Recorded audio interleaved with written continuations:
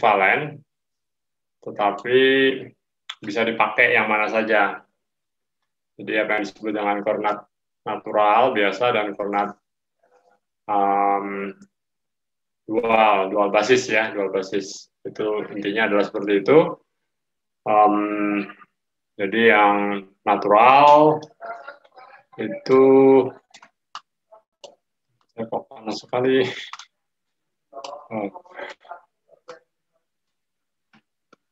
Ada udara di ruangan. Yang natural itu didefinisikan sebagai tangen terhadap koordinatnya, jadi perubahan dari koordinatnya apapun juga U, V, dan W, sedangkan yang dual itu merupakan garis normal terhadap permukaan koordinat. Jadi nama permukaan koordinat yaitu satu nilai koordinat yang konstan.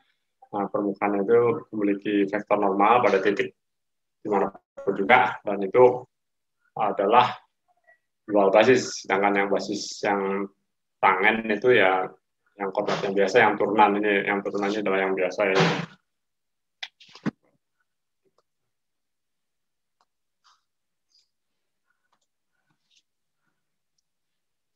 Ya. Ini biasa ini. Oke, ini yang biasa bentuk definisi seperti ini dan seterusnya ya. Akan yang dual basisnya adalah yang di bawah ini ya. Jadi kita bedakan indeksnya, satu di atas, satu di bawah ya. Definisi adalah ini. Jadi ini di bagian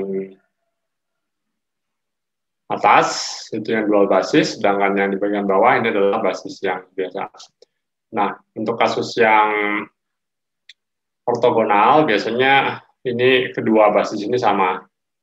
Tapi untuk kasus yang non ortogonal kedua basisnya berbeda. Jadi sebagai contoh di sini kasusnya adalah non ortogonal karena kalau kita hitung dot produknya ini tidak sama dengan 0. Jadi E1 dan E2 tidak sama dengan 0, E3, E1 tidak sama dengan 0, dan 2, 3 juga tidak sama dengan 0. Oke, sampai sini mau ditanya dulu?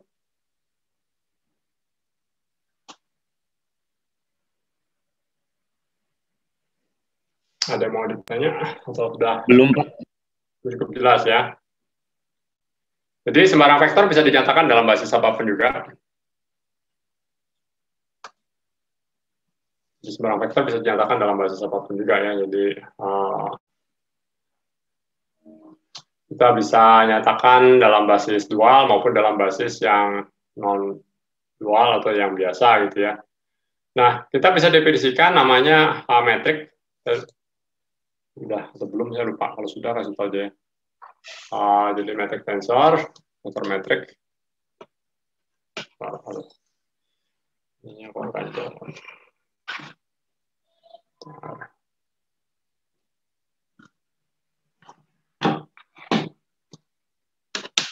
Nah, metrik ya.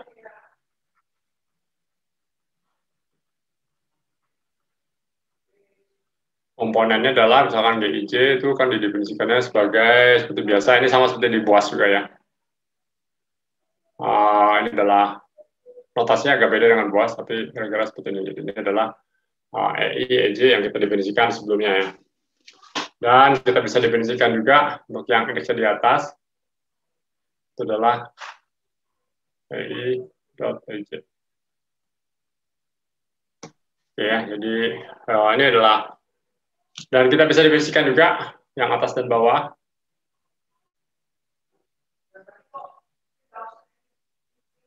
Nah, ya, jadi kita bisa definisikan tergantung indeksnya atas dan di bawah. Itu adalah definisinya. Jadi kita definisikan sebenarnya bahwa vektor dual itu kan semacam kayak fungsi yang mengambil vektor dipetakan menjadi bilangan real, dan hal ini adalah kita bicara bilangan real. Nah, kita bisa definisikan dual vektor itu, jadi kita bicara mengenai vektor dan dual vektor ya. Ada vektor, ada namanya dual vektor ya. Nah, ini berkaitan keduanya. Jadi dual vektor itu kita bisa definisikan sebagai suatu vektor yang mengambil vektor dan memetakannya menjadi sebuah bilangan, suatu medan, itu adalah disebutnya adalah dual vektor. Oke, jadi kalau kita ambil contoh, misalkan notasinya atau gini ya. Jadi dual vektornya adalah saya tulisnya sebagai pemetaan ya.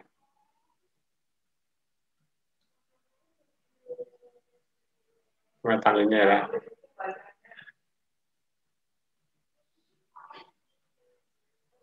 Dari vektor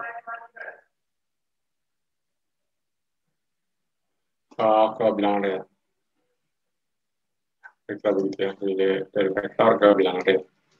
Itu dual vektor. Jadi kalau misalkan vektornya kita sebut aja ini adalah V gitu ya. Dual vektornya kita sebut dengan omega gitu ya. Maka omega itu mengambil V, lalu kita petakan menjadi bilangan real. Jadi adalah elemen dari bilangan real. Ya begitulah. Nah, definisinya seperti apa? Nah, didefinisikan sebagai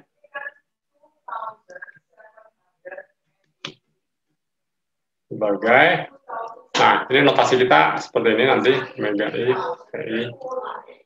Nah. Dimana ingat ya, kita menggunakan notasi penjumlahan Einstein. Jadi artinya semua indeks berulang seperti ini itu dijumlahkan. Jadi dengan kata lain, kita definisikan bahwa omega itu adalah sama dengan sigma I, omega I.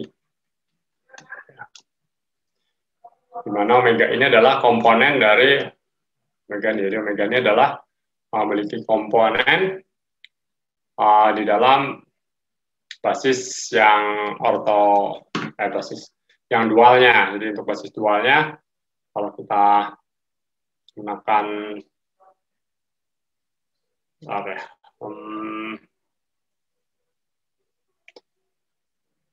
notasi yang sama ya. Jadi kalau basis dualnya indeksnya di atas ya, berarti ini kita tulis adalah omega I.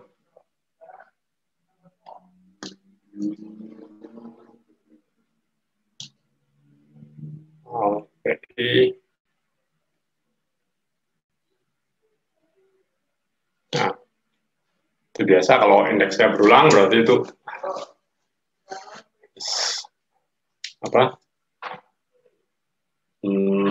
dijumlahkan ya. Kalau yang nggak jelas langsung aja. Lalu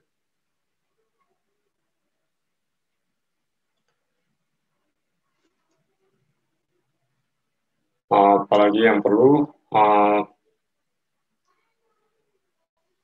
linier dan seterusnya. Dan kita bisa definisikan dengan cara yang sama. Yang hasil yang di atas ini, definisi ini ekivalen dengan kalau kita katakan, misalkan kalau ini kita tuliskan seperti ini, ekivalen aja ya. Ekivalen kalau ini kan ada definisinya ini dan ini. Jadi ini ekivalen saja kalau ini bekerja ke sana kan berarti kalau kita tuliskan berarti kan omega V sama dengan omega I.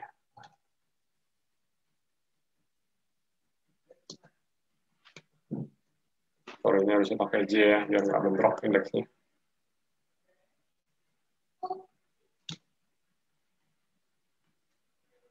Dapatnya adalah omega J, VI misalkan.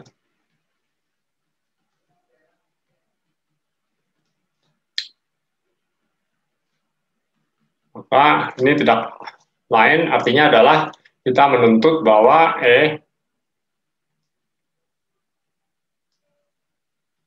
delta VI ya. Itu yang kita tuntut ya. Jadi otomatis supaya mendapatkan hasil yang di atas. Jadi kalau kita lakukan ini maka dapatkan hasil yang di atas atau kebalikannya sama seperti itu ya. Jadi kira-kira seperti itu.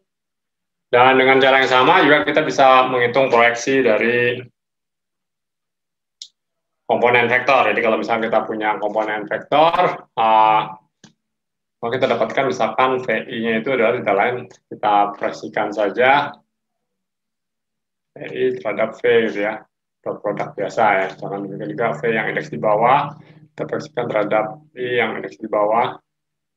Ya. Jadi selalu sama seperti itu. Nah, karena yang kita bahas di dalam relativitas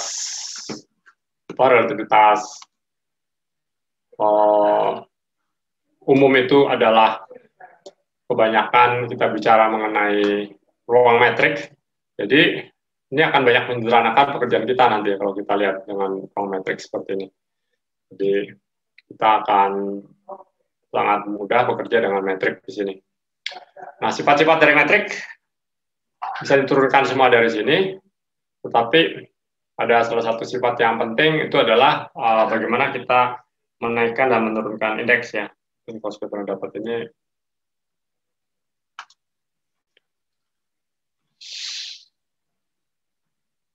Anggapnya mengulang lagi. Jadi pertama sifat-sifat metrik itu adalah simetrik. Jadi misalkan GIJ itu sama dengan GJI ya.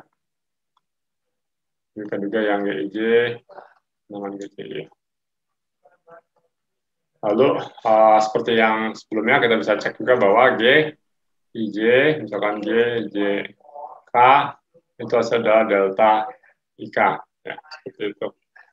Lalu kita juga bisa menuliskan misalkan GIJ kalau ada komponen AI, AJ di atas semua, jadi yang bawah dan atas harus terhubung seperti ini. Ini sama saja kita tuliskan seperti AI, AI sepertinya. Demikian juga kalau misalnya kita balik posisinya juga sama. Juga kita bisa tulis sebagai AI, AI misalkan ya. Nah, sama saja. Ini sama semua keduanya ini sama persis. Ya. Jadi kita bisa melakukan namanya kontraksi. Ini namanya kontraksi, indeks atas dan bawah. Dan kalau kita punya, ini nggak harus A dan A sih, misalkan A dan B juga boleh ya. Biar beda itu ya.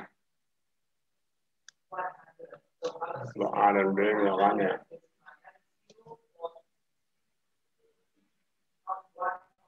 Nah, jadi kalau kita menghitung skala produk, kita bisa lakukan dengan cara yang seperti ini. Skala produk misalkan A dot B ya. Maka ini sama saja kan AI, BI atau AI, BI gitu ya. Adalah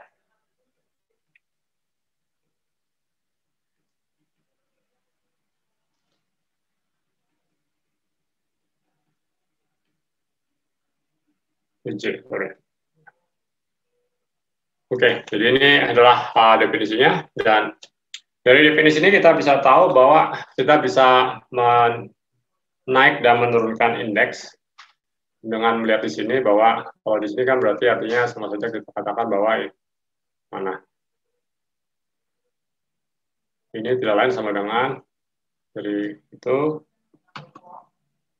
dengan AI kan, atau yang terserah gimana melihatnya gitu ya. Demikian juga ini kalau kita bandingkan dengan yang sebelah kiri di sana, bandingkan dengan yang sini, ini dengan yang sana gitu ya, maka kita dapatkan adalah dengan AI. Jadi artinya GIJ ini metriknya bisa digunakan untuk menaik menurunkan indeks. Jadi misalkan AI bawah itu sama saja dengan G di bawah, A yang atas. Di atas itu kita bisa peroleh dengan GIJ dari A yang di bawah indeksnya. Jadi kita bisa naikkan dan turunkan suka kita dengan menggunakan G di sini. Ya. Dan seterusnya ya. Kalau ada yang mau ditanya langsung dipotong dulu.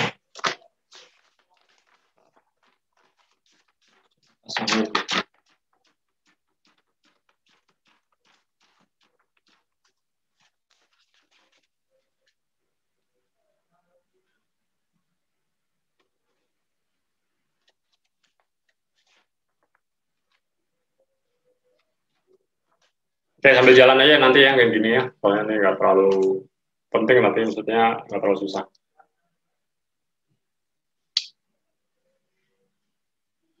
Lalu, kita kira apa lagi ya? Untuk elemen garis dan seterusnya mungkin prinsipnya sama, integral juga sama, jadi mungkin cara singkat aja, kalau kita tinjau sebagai contoh lagi aja, langsung contoh saja. Kalau kita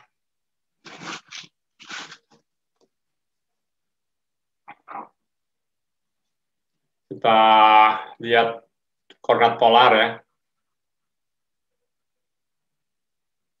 polar 2 dimensi misalnya.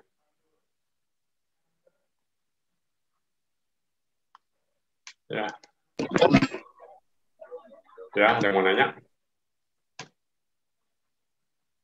Ya, R cosinus B ini adalah tunjangan R sinus B. Pilihannya koordinat polar biasa ya. Jadi vektor posisinya apa? Tunjangan R cosinus B tambah R sinus B Y. Sudah saya bahas belum? Ini kemarin yang ini lupa ya. I, 1 gitu ya. 1 itu adalah yang R, yang kedua adalah yang B. Konvensi aja sih. 1 ini kita sebut sebagai R-nya. Jenisnya apa? Dari Boas. Betul ya. R, dapatnya adalah cos B.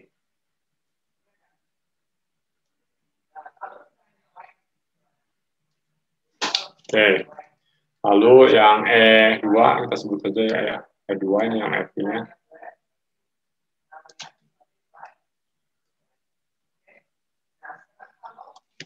Tunjangan minus R.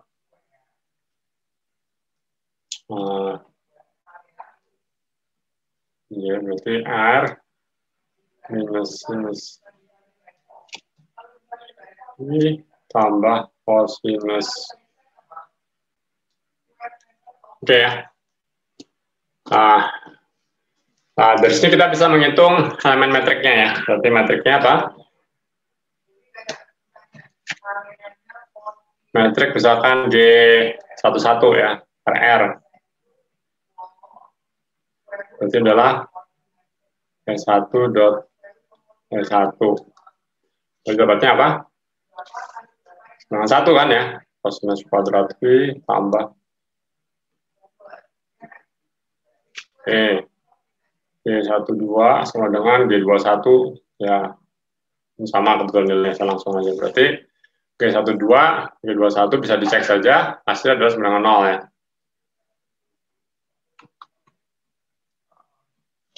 Lalu apalagi G22 ya, yang tersisa adalah G22. G22-nya adalah E2 dot E2. E2 dot E2 adalah sama dengan apa? R kuadrat, betul ya?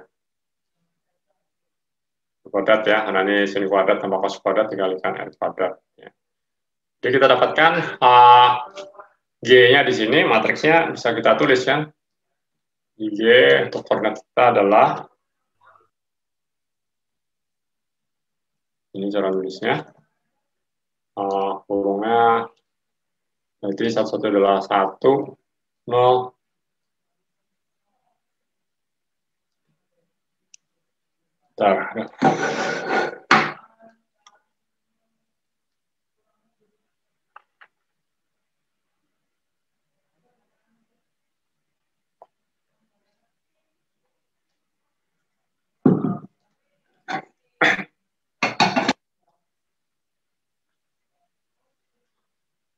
Oke, ada pertanyaan? Seperti biasa di Boas kita bisa mencari namanya elemen panjang.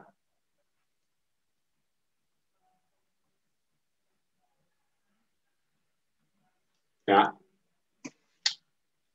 Ini jalan adalah bisa dinyatakan dalam koordinat polar kita kan, dalam koordinat polar kita berarti adalah GIJ, GXY misalnya. Dimana 1 itu R, yang 2 adalah V. Berarti ini kalau kita jabarkan, yang tidak 0 adalah cuma G11 kan. Berarti DR tambah G22, jadi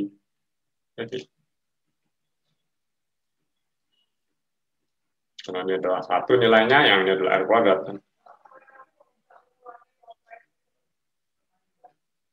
Oke.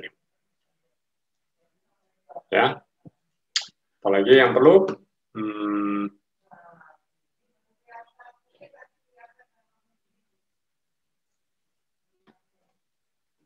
Jadi yang menarik adalah di dalam koordinat polar, G kita agak berbeda dengan dalam koordinat kartesian. Dalam kartesian kan kita sebetulnya GIJ-nya itu matriksnya seperti apa? Kalau masih ingat, dalam kartesian kan seperti 1, 0, 0, 1 ya. Tapi dalam polar tadi, GIJ-nya adalah menjadi 1, 0, 0, R kuadrat ya. Ya, jadi ini ruangnya sama kan ya? Ruangnya sama ya.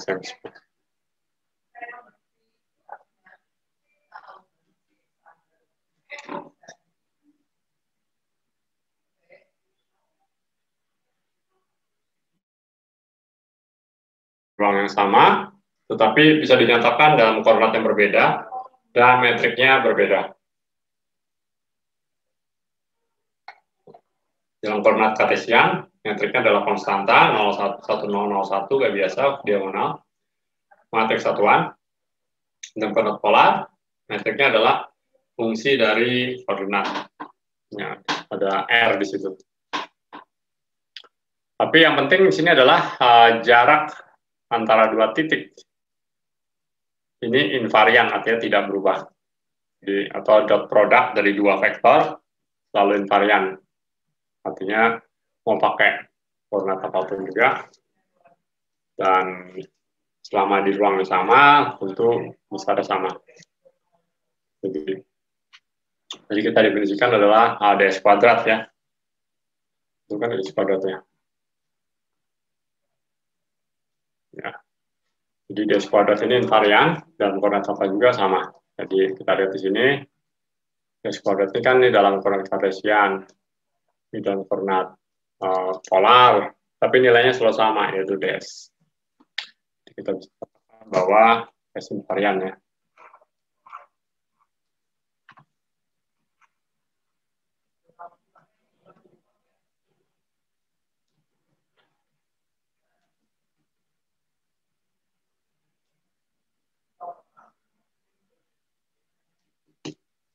Oke.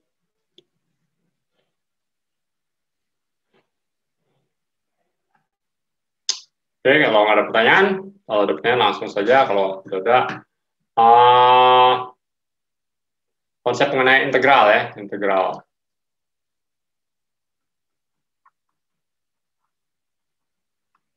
Untuk konsep integral di sini, integral sering muncul dalam dalam fisika, tentunya juga banyak integral. Jadi kita harus mengerti itu apa itu integral dan bagaimana melakukan integral. Jadi kita tahu bahwa dari Fismat lagi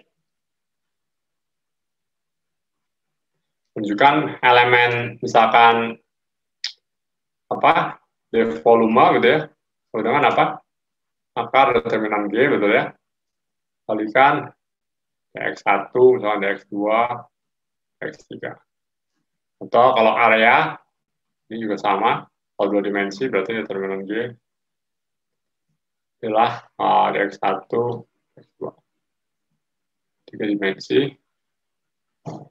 dua dimensi. Ya. Nah, seringkali disebutnya determinan G itu adalah determinan dari matriks, seringkali disebutnya G ya. Jadi kadang G didefinisikan sebagai determinan dari PIJ.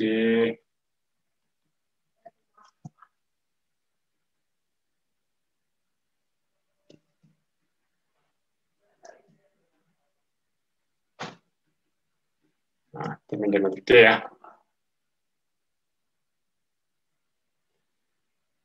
Jadi untuk koordinat yang ortogonal,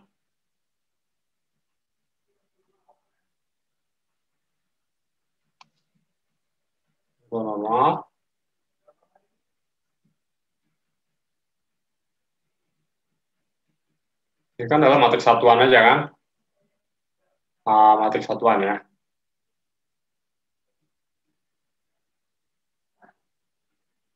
Artinya adalah kalau dia matrik satuan, maka determinan dari G-nya 1 ya.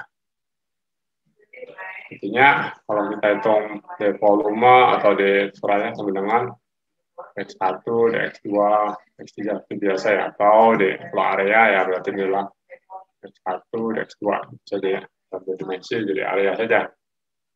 Ya karena determinan eksponen 1 akarnya adalah 1 kita ambil yang positif ya akarnya. Karena elemen measure itu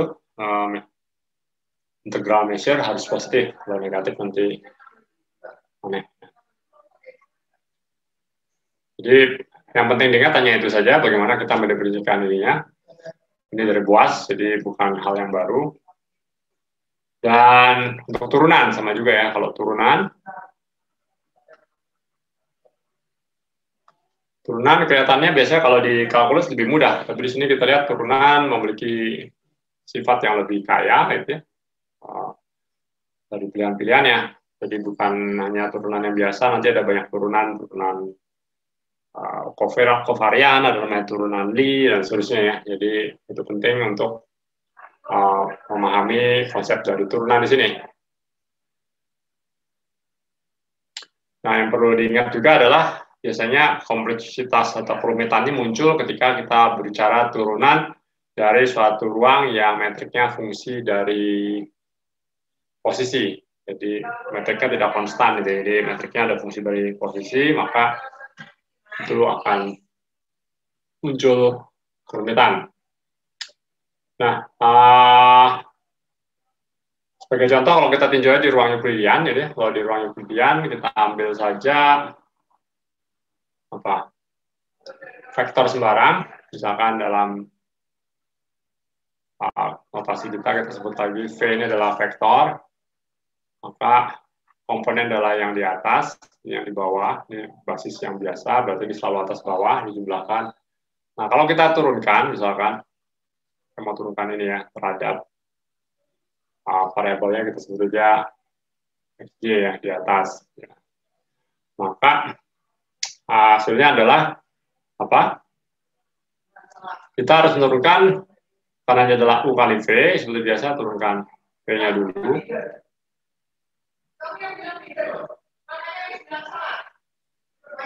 Tambah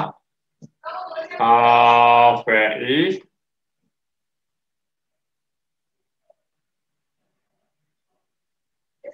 Oke. Jadi ada kerumitan di sini, yang ini kita turunkan terhadap komponennya kan, komponen dari vektornya. Yang ini yang kita turunkan apanya? Basisnya kan ya, basisnya. Di basisnya juga harus kita turunkan karena basisnya tidak konstan, tidak seperti IJK yang konstan, di sini bisa berubah-ubah terhadap waktu. Ini pengalaman yang udah kalian biasa lakukan jika bekerja dengan koordinat bola dan koordinat polar yang lainnya ya. Jadi ini perubahan dari komponen, ini perubahan dari elemen basis.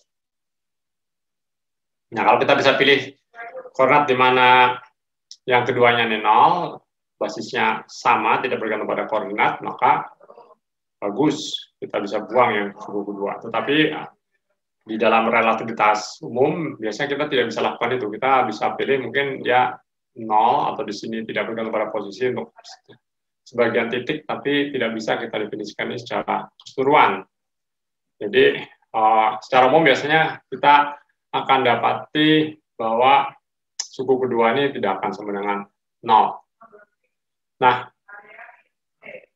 ini tentunya harus menghasilkan suatu vektor yang baru. Ini kan vektor berarti ini hasilnya adalah juga vektor. Oleh karena dia adalah suatu vektor, maka kita bisa tuliskan ini sebagai elemen vektor yang dinyatakan dalam basis vektor yang biasa, yaitu basis vektor natural yang EI lagi di sini. Jadi kalau kita tulis pas ini adalah vektor, kita turunkan terhadap XJ.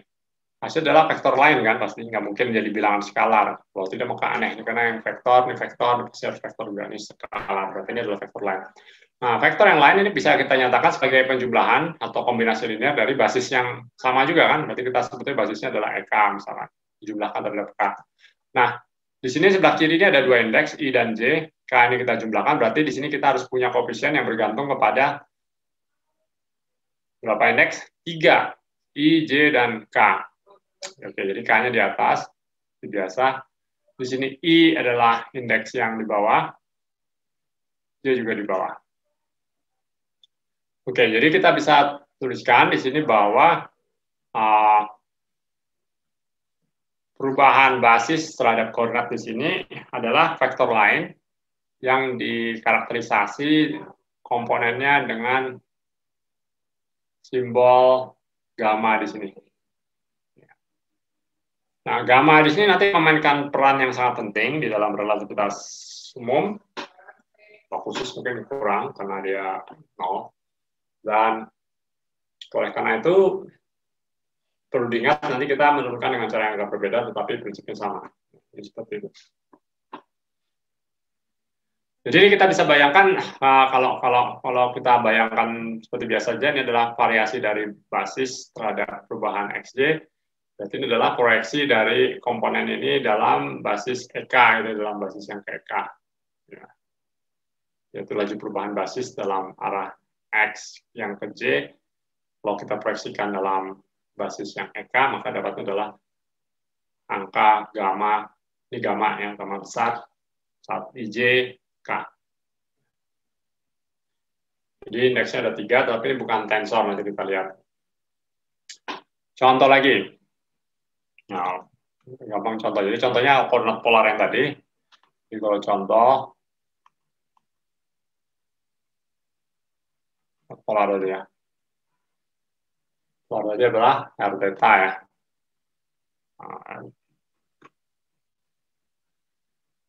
Kita sebutnya X1 dan X2. Ini adalah R dan theta X1 dan X2. Maka basisnya adalah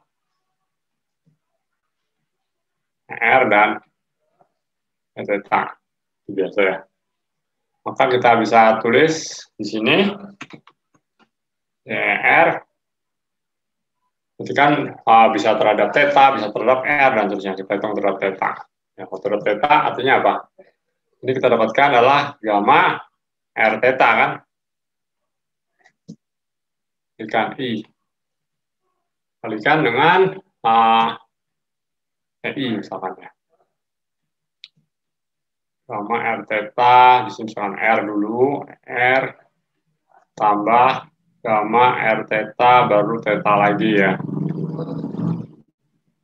Nah, seperti itu ya. Nah, ini cuma cara nulisnya saja ya, tapi memberikan gambaran kira-kira artinya apa. Jadi dia kombinasi seperti itu aja. Nah, besaran ini disebut punya nama khusus. Saya katakan tadi ini cukup penting, besaran yang disebut dengan gamma ini. Dan namanya adalah koneksi. Jadi koefisien gamma IJK ini disebut apa? Koneksi, koefisien koneksi atau katakan koefisien ya.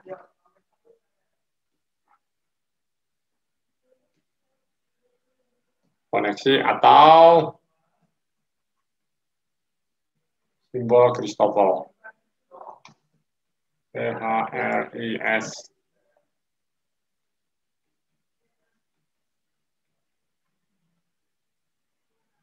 Nah, jadi ini adalah koneksi atau simbol Christoffel. Nah, kita bahas ini kasus 3 dimensi, tapi perluasan ke 4 dimensinya sangat mudah. Dan koefisien koneksi ini, atau koneksi, kadang-kadang disingkat koneksi saja, itu memainkan peran penting nanti dalam turunan. Nah, kita baru bicara awal mengenai turunan ya, belum masuk ke dalam.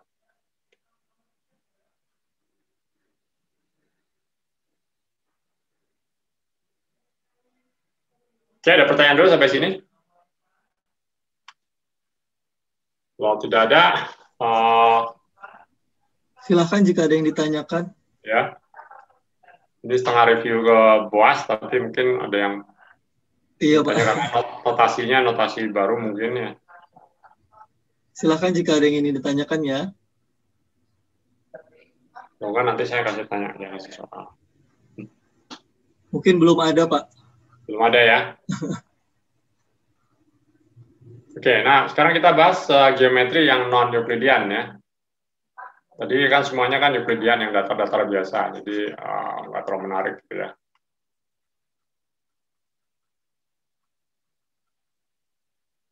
Kenapa disebut Euclidean dan non-Euclidean, cari aja lah mengenai si Euclid dalam formulasi tentang geometri bahwa dua garis paralel tidak akan pernah bertemu dan seterusnya begitu. Itu di dalam ruang Euclidean bahwa total sudut dalam satu segitiga itu selalu sama dengan berapa pi dan seterusnya. Nah kalau tidak memenuhi itu disebutnya adalah non-Euclidean.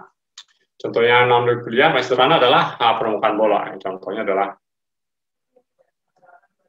permukaan bola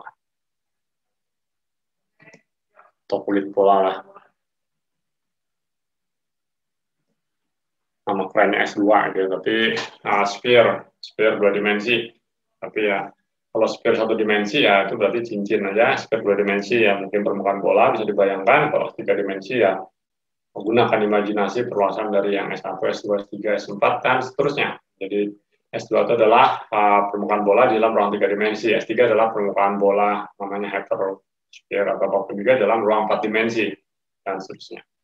Jadi setelah dari sini tentunya kita nggak bisa membayangkan dengan kepala kita, kecuali yang mungkin imajinasinya bagus mungkin, tapi kita bisa melakukan analogi saja. Cara seperti itu kita dapatkan hasil yang perluasan dengan mudah secara matematisnya. Jadi kalau kita tinjau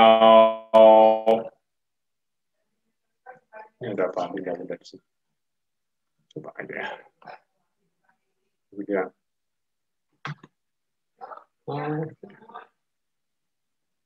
kita tinjau ini aja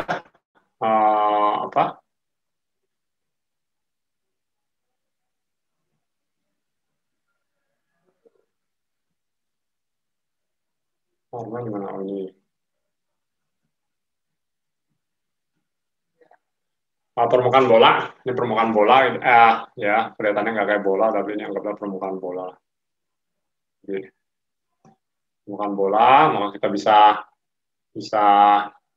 kasih sumbu aja di sini biar gampang gitu ya. Oops, malas pakai penggaris langsung ini lah. Ya, ini kita bisa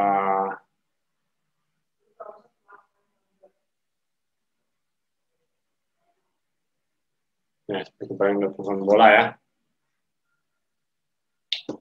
Ini biasanya apa? Ini X, ini Y, makanya adalah Z. Ya, misalkan seperti itu.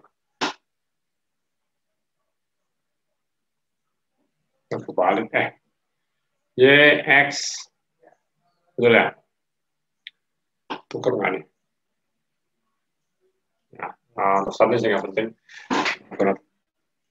X kurang X balik X ini ya. Oke. Ini kalau tangan kiri ini. Nah, saat ini sih nggak terlalu penting, tapi kita biasa aja. Nah, ini adalah bola gitu ya, jadi kita bisa tuliskan ds kuadratnya di sini adalah elemen panjang garisnya adalah jari-jarinya kita anggap aja ini R ya, jari-jarinya. Maka kita bisa tuliskan ds kuadratnya adalah sama dengan apa? Jadi koordinatnya cuma theta dan v saja kan, berarti ini adalah theta dan v saja, berarti ini adalah sinus kuadrat theta dv kuadrat. Nah ini juga semacam dv smart lagi ya, berarti ini karena R-nya konstan, nanti dia setiap titik hanya dilabel oleh theta dan v saja. Jadi R ini adalah jari-jari kulit bolanya ya, jari bola atau ini sih kulit bola ya, jadi bukan bola persis tapi kulit bola. Oke. Nah, untuk bola seperti ini, untuk kulit bola seperti ini,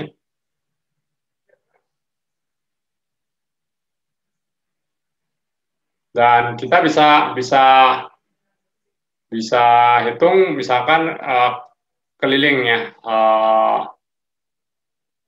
dari misalkan di sini atau yang di khatulistiwa di sini ya. Jadi kalau kita mau menghitung keliling, jadi ini bayangkannya kita hidupnya di dalam permukaan 2 dimensi nih. Jadi kita bukan hidup di 3 dimensi, tapi kita hidup di permukaan dimensi. Jadi kalau kayak semut yang ada di permukaan di sini dia nggak tahu, ya dia tahu sih, tapi anggapnya nih orang-orang di sini nggak tahu ada dimensi yang lain yang kita nggak bicara extra dimension. Pokoknya hidupnya di 2 dimensi permukaan nih. Ya permukaannya adalah permukaan di mana dia hidup keseluruhan alam semesta ya permukaan 2 dimensi nih, 3 dimensi. Oke, kira-kira seperti itulah. Jadi kalau kita pilih misalkan ini adalah sudut theta, misalkan ya saya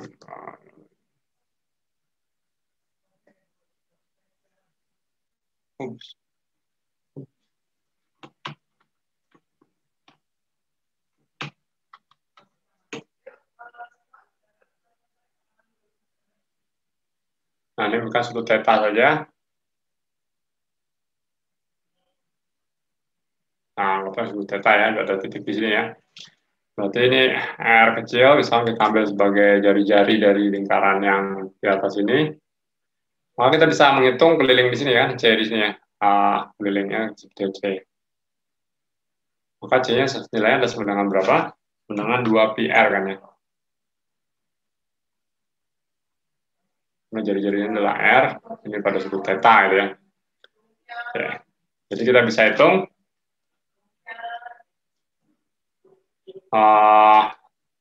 C di situ adalah 2πr. R-nya adalah sama dengan apa nih? R cos theta gitu ya. Oke. Sin theta, sorry. 2π R. Nah, ini kita bisa tuliskan sebagai rasio saja dari misalkan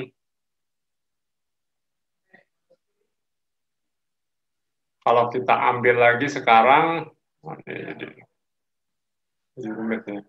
Kalau kita ambil jarak dari khatulistiwa ke titik ini ya, jadi kita ambil dia jalan di sini ya, dia jalan berarti kan sini ya, lengkung ya, karena dia nggak tahu ada di dalamnya.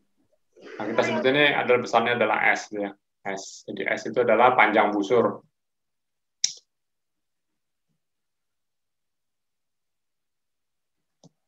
Panjang busur dengan sudut theta. Sudut theta, panjang busur seperti itu. Sehingga sin theta ini bisa diwakilkan dengan ini saja, jangan berarti sudutnya ini adalah sinus dari ini dalam radian semuanya, berarti saya tuliskan dalam radian. Ini adalah sebenarnya 2πr sinus S per R, betul ya. Karena sudut itu adalah panjang busur bagi dengan jari-jarinya saja. Nah, ini kalau kita ekspansikan, maka kita dapatkan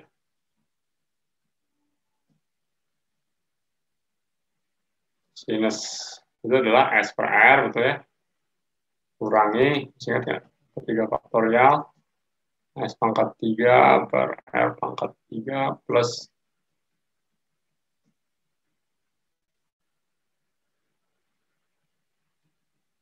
nah, itu ya, ini dari Taylor biasa.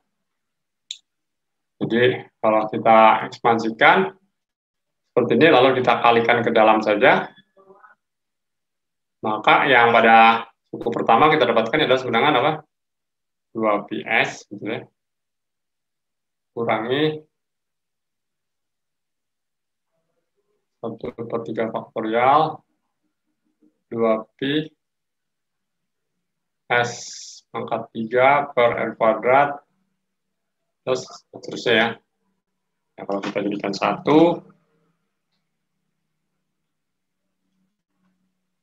berarti ada 2 PS, 1 dikurangi, ini 6 kan ya, 3 faktorialnya adalah 6. S pangkat 3, 6.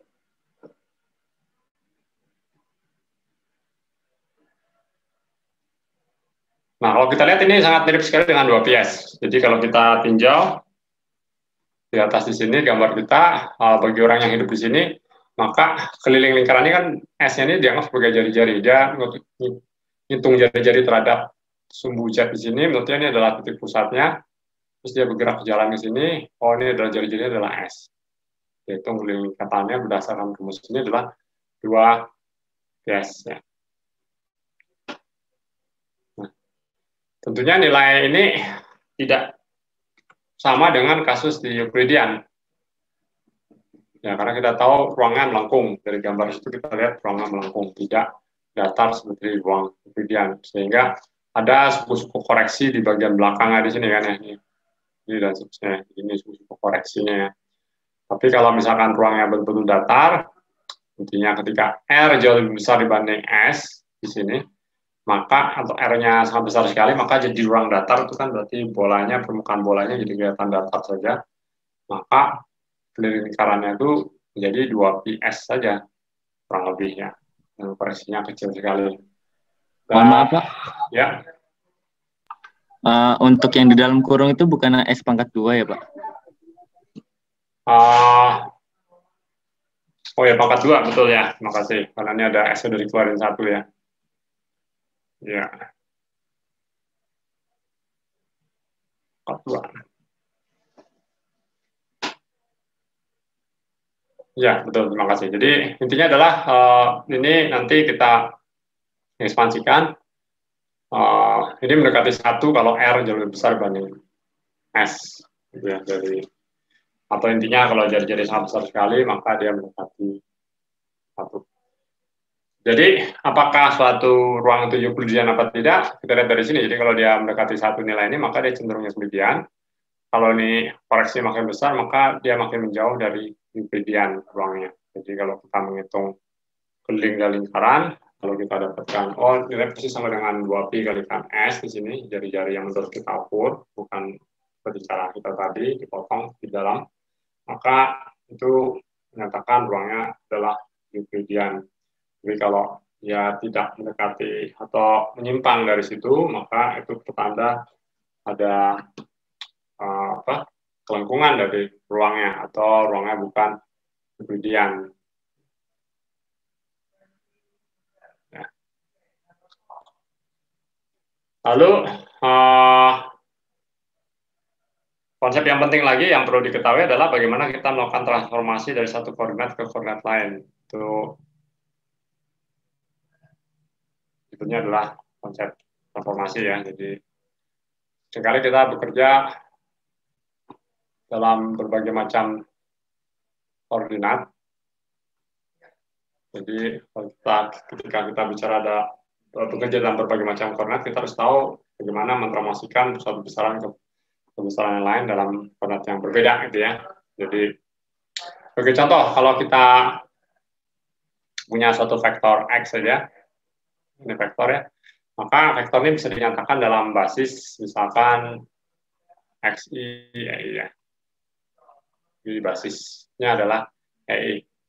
Tapi ini pun kita bisa nyatakan dalam basis yang berbeda, karena basis tidak unik kita bisa nyatakan dalam X aksen J supaya berbeda aksen J misalkan ya. Nah, bikin bingung apa enggak nih, ada aksen, ada yang satu pakai aksen, satu tanpa aksen. Jadi aksen I dengan EI itu dua vektor basis yang sama-sama valid tetapi berbeda. Contohnya adalah rotasi ya, jadi contohnya rotasi biasa. Di rotasi kita punya sumbu pertama adalah seperti ini misalkan. Ini adalah yang apa? arah E1-nya di sini, ini arah E2 ke sana. Lalu yang satu lagi kita rotasikan saja, misalnya ke sini. Aksen adalah E2 aksen. Ya. Jadi, suatu vektor yang sama, suatu vektor disebut vektor adalah X di sini, itu digambarkan dengan dua koordinat yang berbeda ya. Pertama adalah X1, ini adalah X2. Bisa di atas ya indeksnya.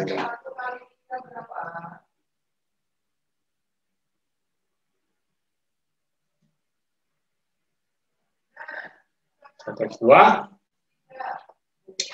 Sedangkan yang ini vektornya kemana kira-kira kesini ya. Inilah X1 aksen, ada bingung lah. Ini mana yang tegak lurusnya ya, kira-kira begini ya mungkin ya. Kalau tegak lurus, X2 aksennya. Aksen 2 ya. Jadi itu kira-kira, ini gambarnya jelek banget.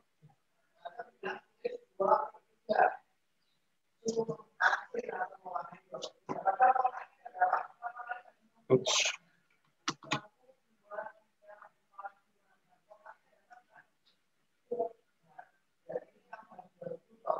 Nah, kira-kira begitu ya. Jadi dua koordinat yang berbeda karena kita menggunakan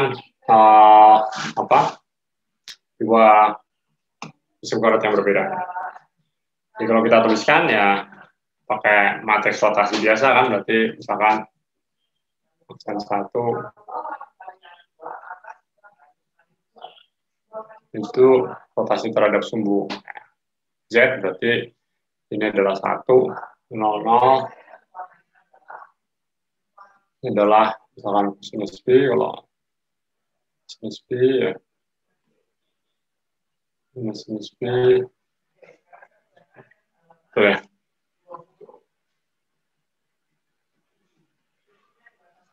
Nah, oke, jadi seringkali kita tuliskan dalam bentuk notasi yang lebih ringkas, ini disebutnya adalah X aksen I, misalkan yang kita sebutnya adalah R, berarti R, I, dan J di bawah, supaya bagus, adalah XJ. Jadi kita bisa tulis dengan cara yang lebih kompak seperti ini. Ini semua sama saja seperti yang di bawah di sini ya.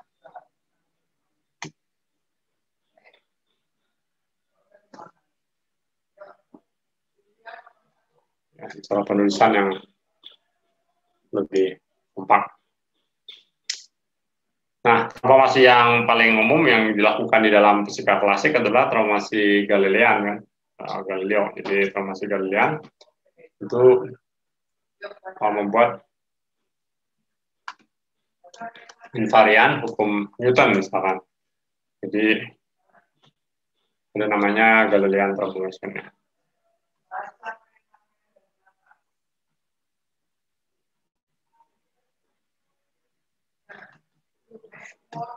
Jadi Galilean transformation itu ya intinya adalah X-nya kita transformasikan menjadi X yang biasa kurangi V kecepatan kalikan T, gitu ya. Ini kalau gerak relatif saja. Tapi yang menarik di sini adalah bahwa T itu sama dengan T.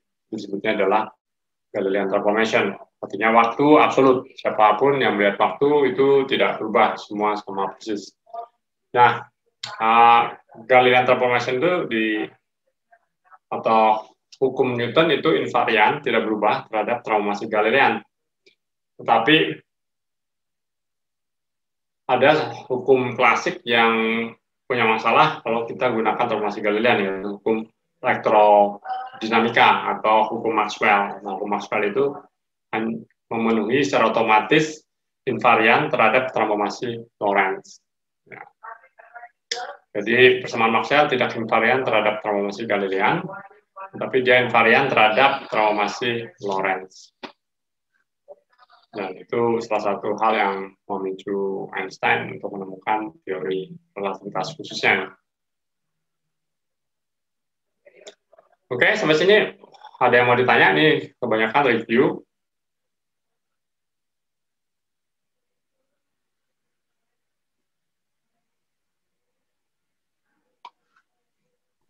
Belum, Pak. Belum ada ya?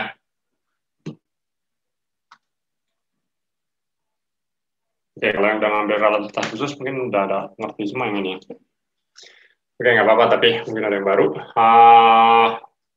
Nah, kita masuk sekarang ke konsep tensor dan konsep kovarian. Jadi kita bekerja dalam ruang 4 dimensi nantinya kebanyakan, dan kita gabungkan antara ruang dan waktu, sehingga istilahnya kita sebut ya space time tanpa dipisah, biasanya adalah sesuatu ya, atau kalau bahasa Indonesia apa ya, mungkin ruang waktu ya. Mungkin seperti itu. Space time atau ruang waktu ya. Nah, biasanya sih tidak dipisah, tapi bahasa Indonesia bisa dipisah mungkin ya. Jadi ini space time-nya adalah contoh dari manifold, namanya ada manifold.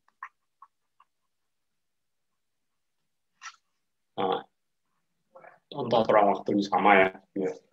Waktu itu manifold itu contohnya adalah ruang waktu, jadi itu space time. Nah, manifold dimensi keempat ya, kita bekerja di dalam dimensi 4. Artinya ada 4 koordinat real yang independen untuk setiap titik. Di setiap titik bisa dilabel oleh 4 buah koordinat, tidak lebih, tidak kurang, dan koordinatnya adalah real. Dan kita asumsikan manifold kita itu adalah yang disebutnya differentiable. Jadi ada yang disebutnya adalah differentiable.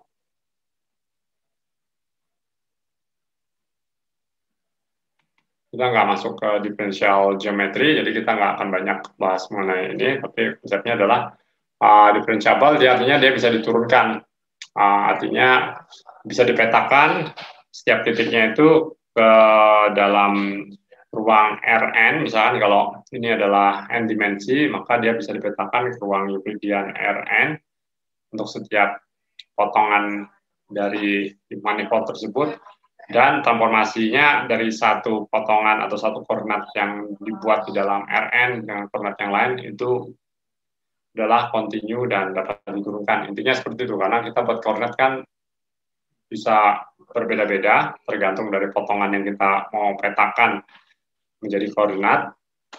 Tapi kita nggak bisa lakukan itu secara konsisten biasanya. Jadi kita misalkan membuat sebuah koordinat yang konsisten untuk seluruh ruang manifold itu nggak bisa, jadi kita biasa potong-potong, oh ini pakai koordinatnya A, ini pakai koordinatnya B, baru kita sambung-sambung, kita tempel-tempel menjadi satu kesatuan. Nah, pasti ada yang bagian yang overlap. Nah, bagian overlap itu tentu menggunakan sistem koordinat yang lebih dari satu. Tapi transformasi dari satu sistem koordinat ke sistem koordinat lainnya harus kontinu dan diferensiable. Itu disebutnya diferensiable ya. Jadi konsep dasarnya kira-kira seperti itu. Differentiable manifold ya. Contohnya itu adalah yang differentiable.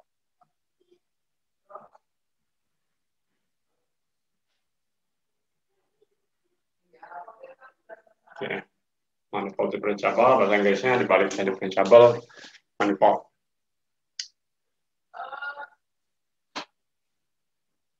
Oke, jadi dalam manifold kita bisa menghitung sub manifoldnya seperti garis, seperti permukaan dan seterusnya, dan manifold poolnya. Oke. Lalu di dalam 4 dimensi biasanya kita mendimensikan elemen dari manifold itu dengan indeks Yunani ya. Jadi ada komponennya ada 4 dengan x mu di sini di atas. Jadi x mu itu adalah x. Ini cara penulisannya agak kadang mungkin membingungkan kapan yang kita bicara komponen, kapan kita bicara koordinatnya secara umum, tapi kira-kira seperti itu.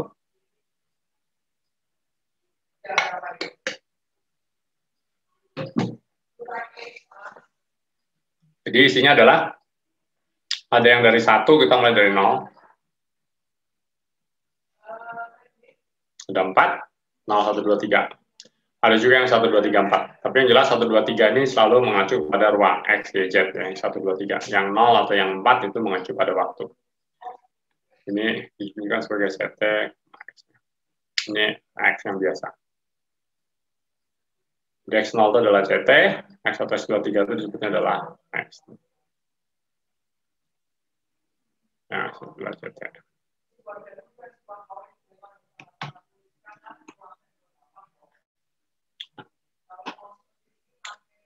Jadi bagian waktu disebutnya adalah time lag, bagian yang ruang, disebutnya ada space line.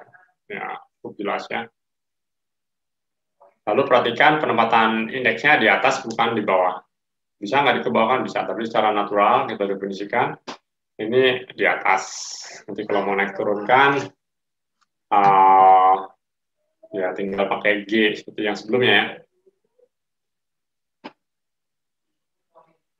Lalu apalagi yang penting di sini, transformasi koordinat sama seperti sebelumnya. Nggak ada yang baru.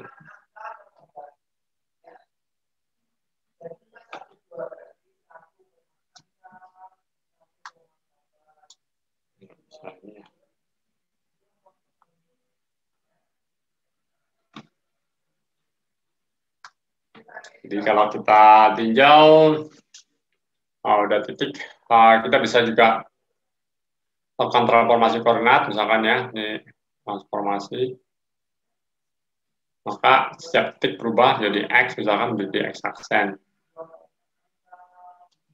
Fungsi dari X lagi ya.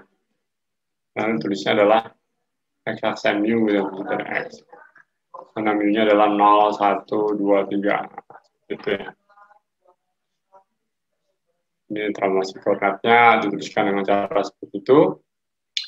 Lalu kita asumsikan pada kebanyakan kasus bahwa transformasi koordinatnya adalah invertible, artinya kita bisa balik kembali setelah ditransformasikan, bisa ditransformasikan balik.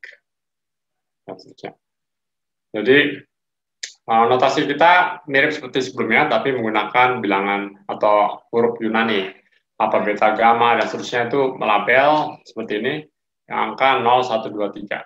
Kalau yang cuma 1, 2, 3, kita menggunakan huruf Latin atau huruf Roman, apa namanya, nggak tahu. Yang biasa I, J, K, dan seterusnya itu kita gunakan di situ. Untuk yang 1, 2, 3. Jadi kalau misalkan dituliskan XI, maka ini jelas I-nya adalah 1, 2, 3 ya. Ini X mu atau X alpha atau beta, maka ini jelas mu-nya adalah hasil 0, 1, 2, 3. Kemungkinannya 4 dari 1 dari 4, kalau ini kemungkinannya 1 dari 3. Oke.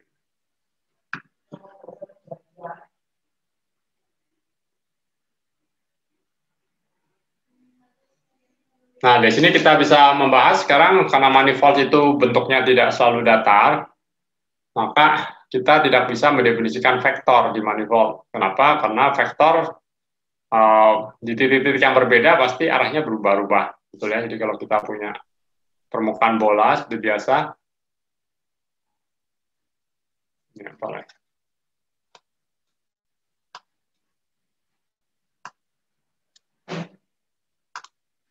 Ada permukaan bola, gitu ya, sebutnya bola. Jadi kalau ada bola,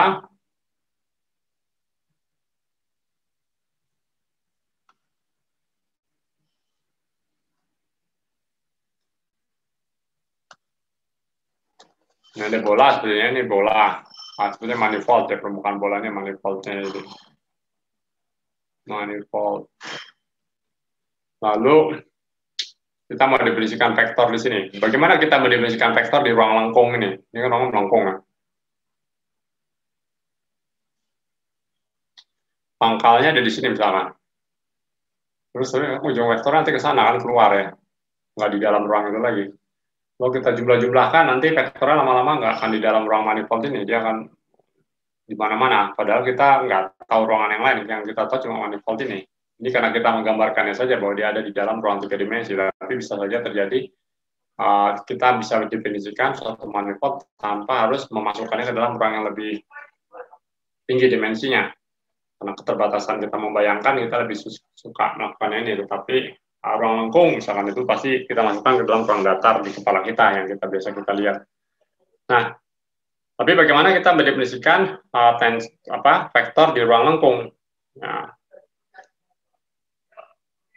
jadi kalau di dalam ruang Euclidean, ruang yang datar biasa, bisa kita definisikan vektor itu sebagai garis ya, yang berarah ya, dengan pangkal ada di ruang itu, ujung ada di ruang itu, betul ya. Nah kalau di sini, apakah kita bisa definisikan sebagai garis yang melengkung? Kalau kita jumlahkan bagaimana gitu kan ya? Nah, jadi aneh. Jadi tidak bisa kita aplikasikan dalam kasus ruang lengkung, definisi vektor yang biasa kita gunakan di dalam ruang datar yang bentuknya kayak panah seperti itu. Dan lebih tepatnya lagi sebetulnya vektor itu tidak bisa kita definisikan di ruang lengkung. Ya. Tapi kita definisikannya di ruang tangennya, ada namanya tangent space. Jadi vektor harus didefinisikan di ruang tangent space.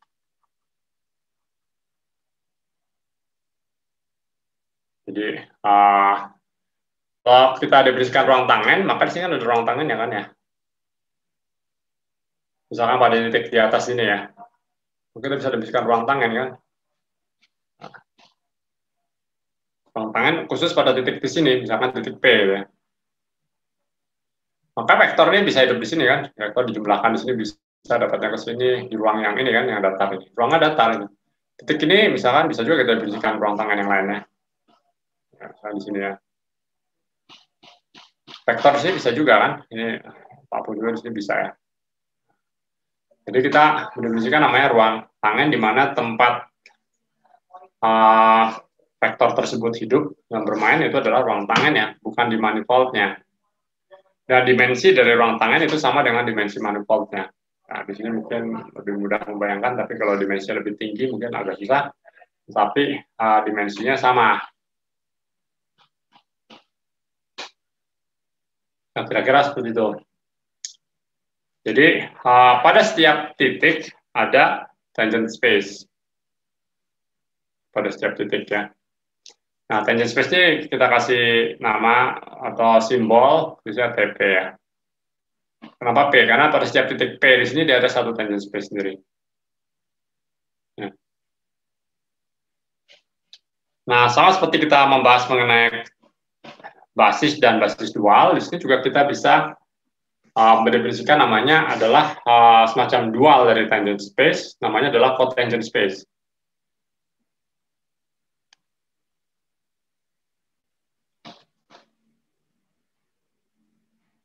Notasinya adalah mirip seperti di atas, dikasih bintang.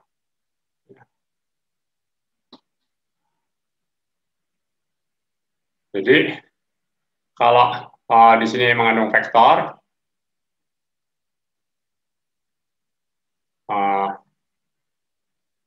maka di sini mengandung dual vektor.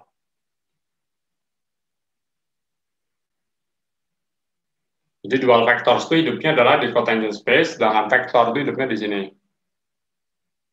Space. Ya, jadi ini berpasangan. Sama seperti sebelumnya, kalau kita punya vektor, kita punya dual vektor. Demikian juga, di setiap vektor ada dual vektornya, maka setiap tangent space pasti ada cotangent space-nya. Jadi ini saling dual satu dengan yang lain, saling dual ya.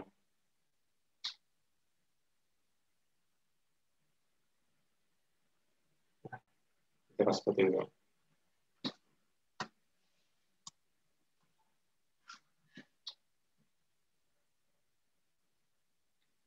Jadi dari definisi ini kita tahu bahwa dalam ruang lengkung bahwa konsep vektor dan konsep covektor atau vektor yang dual itu konsep yang bersifat lokal. Kalau sifat lokal artinya apa? Dia hanya terdefinisi pada satu titik saja.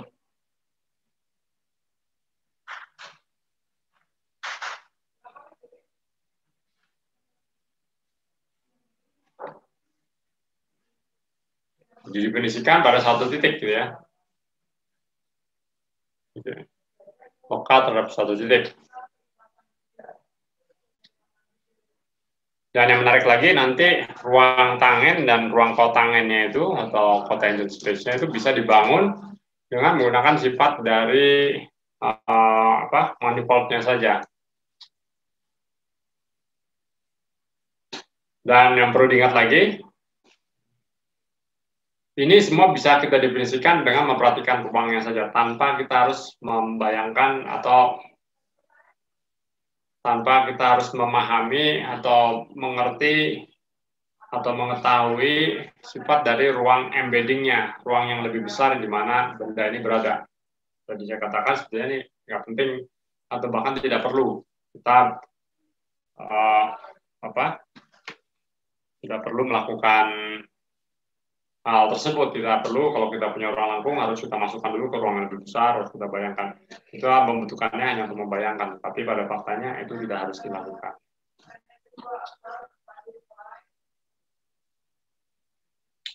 Nah, dari tangent space dan cotangent space kita bisa membentuk namanya adalah tangent bundle.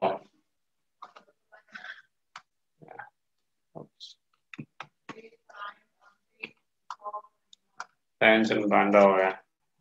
Apa ini nanti sambil jalan mungkin akan terbiasa.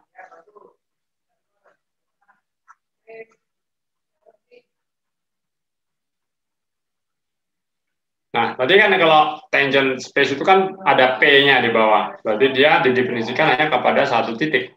Nah, kalau semua tangent space tersebut kita kumpulkan untuk semua P yang semuanya yang membentuk M itu manifold, maka kita dapatkan namanya tangent bundle. Ini kok jadi tangent?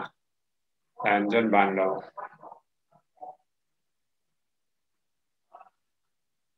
Bundle tahu ya, bundle itu sekumpulan, jadi dibundling gitu ya, digabung-gabung. Nah, jadi sama.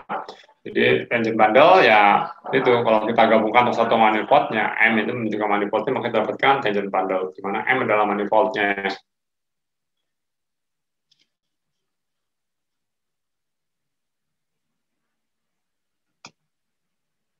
Yang ada di dalamnya di manifold itu setiap titik ada tangent space-nya masing-masing. Ya.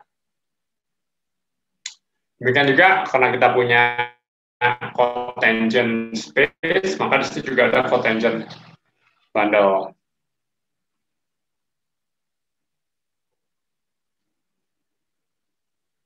Dan bisa ditebak. Simbolnya adalah pasti mirip seperti sebelumnya, dikasih bintang. Cotangent bintang M menunjukkan bahwa itu satu manifold. Ya, dia sebutnya bundle. Jadi cotangent bundle itu isinya adalah cotangent space semuanya. Jadi ini gabungan dari semua cotangent space.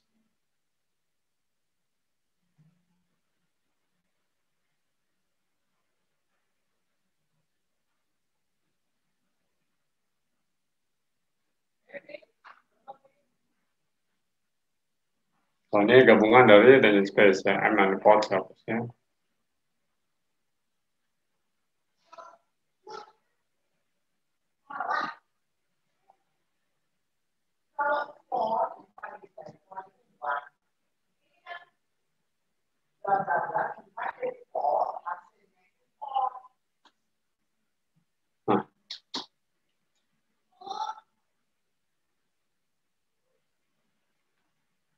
Nah, keduanya ini adalah contoh dari konsep yang lebih umum yang disebutnya adalah fiber bundle.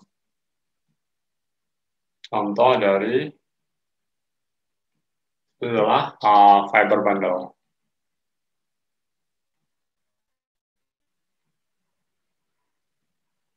Apa sih fiber bundle? Jadi semacamnya ada kita punya fiber benar atau apa ya?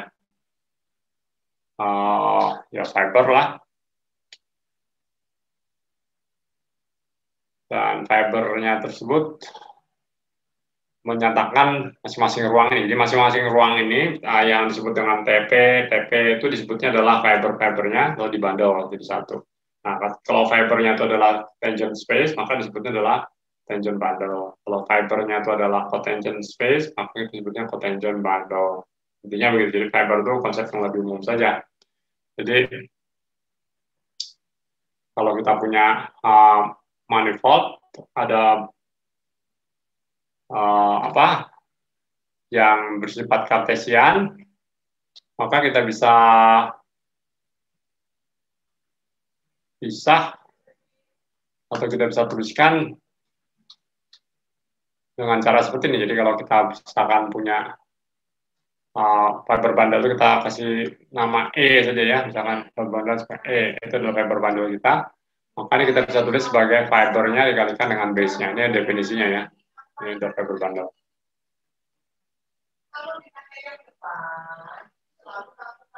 Ini disebutnya adalah fibernya.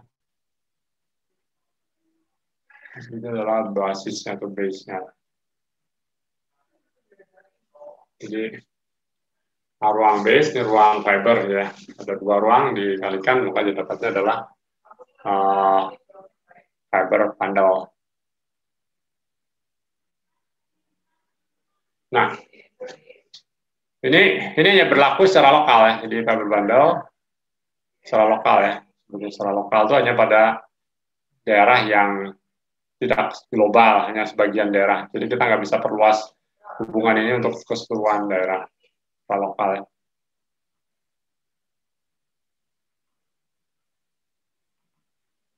Secara lokal, E adalah F cross B. F cross B itu sama seperti kayak R kuadrat gitu ya, kalau kita punya ruang R2 kan berarti ada R, ini ada X, itu lagi Y, gitu, ada R kuadrat.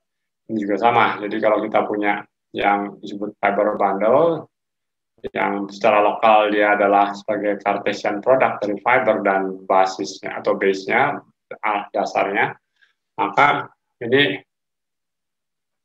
kita bisa gambarkan seperti ini. Jadi kalau kita punya, untuk sederhananya kita ambil aja S1 sekarang, cincin, bukan permukaan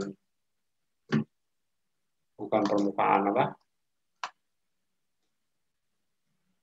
bola, nanti lebih susah. Maka di sini, ini misalkan adalah base-nya ya, manifoldnya, manifoldnya adalah S1 di sini ya, satu itu cincin. Ini. Maka kita bisa definisikan TS1 gitu ya. TS1 itu yang mana? TS1 itu ada basisnya itu manifold yang ini ditambahkan dengan ini yang bagian B tadi. Pada setiap titik ini kan berarti ada apa namanya? Ada ruang tangan kan? Ruang tangannya apa bentuknya? Ruang tangannya kan garis ya. Garis singgung di sini kan ya, ruang tangan di sini ya. Di plus tangga minus tangga di sini juga ada gitu ya.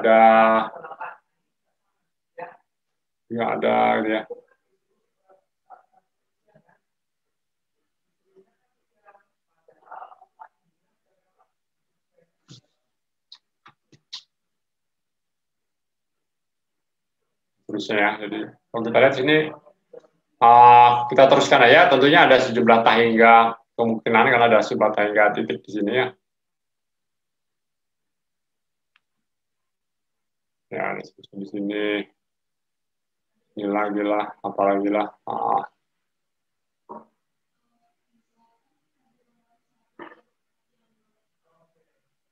Ya, gitu. Ya, di sini ya. Jadi adalah bandel-bandelnya adalah ya garis-garis yang di sini yang ditempelkan ke dalam basisnya ya. Jadi untuk titik seperti ini. Nah, untuk lebih jelasnya seringkali kita tuliskan dalam bentuk yang lebih sederhana, artinya lebih jelas gitu ya. Jadi kalau mau lebih jelas kita tuliskannya dalam bentuk elips gitu ya, dari di sini. Nah, seperti ini ya. Jadi ini saya tulis ulang tapi bentuknya elips sekarang. Nah, seperti ini dari samping. Lalu fiber-fibernya daripada dia tumpang tindih seperti ini, ya nggak kelihatan mana yang mana. Ini kita buat aja dia lurus ke atas ya. Ini. Ya, jadi seperti ini nempel, ada satu fiber-fiber yang sama seperti ini kan, cuma cara menggambarkannya berbeda ya. Juga di belakang sana ya. Kira-kira seperti itu. Sehingga kita bisa bayangkan ini adalah topologinya seperti apa gitu ya. Jadi topologi seperti apa bisa kita lihat dari sini. Jadi ini mirip seperti ini S1-nya kan di sini ya. Ini S1. Kuncinya ada satu, terus ada fiber-fibernya, sehingga kalau kita gambarkan ini mirip seperti apa? Silinder ya. Silinder. Nah ini memenuhi di sini kan garis-garis ini rapat sekali. Ini S1 itu base-nya ya, di ruang base-nya tadi itu base. Dan ini adalah fiber-fibernya lah. Ini adalah ruang fibernya ya. Di alasannya disebut fiber karena mirip kayak fiber kayak benang-benang atau apalah. Ya, fiber itu kayak benang ya.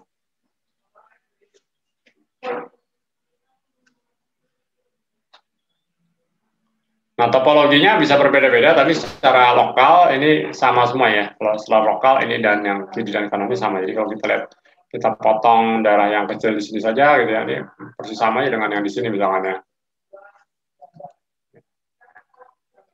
Tapi kalau secara global bisa berbeda topologinya, karena cara kita ngelemnya bisa berbeda-beda, gitu ya. Jadi ini kan kita hanya melihat ketika nempel di bawah, tapi di atas ini bagaimana hubungannya kita nggak tahu.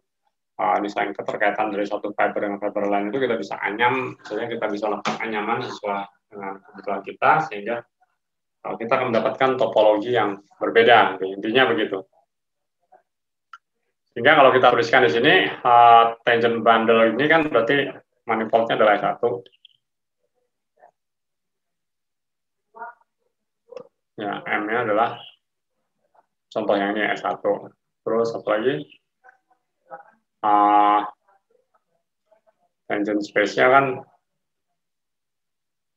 ruang tangannya kan satu dimensi, garis biasa, berarti ya garisnya adalah R biasa kan ya. Ambil biasa R1 lah, R1 satu dimensi. Artinya apa? Artinya tangent bundle kita adalah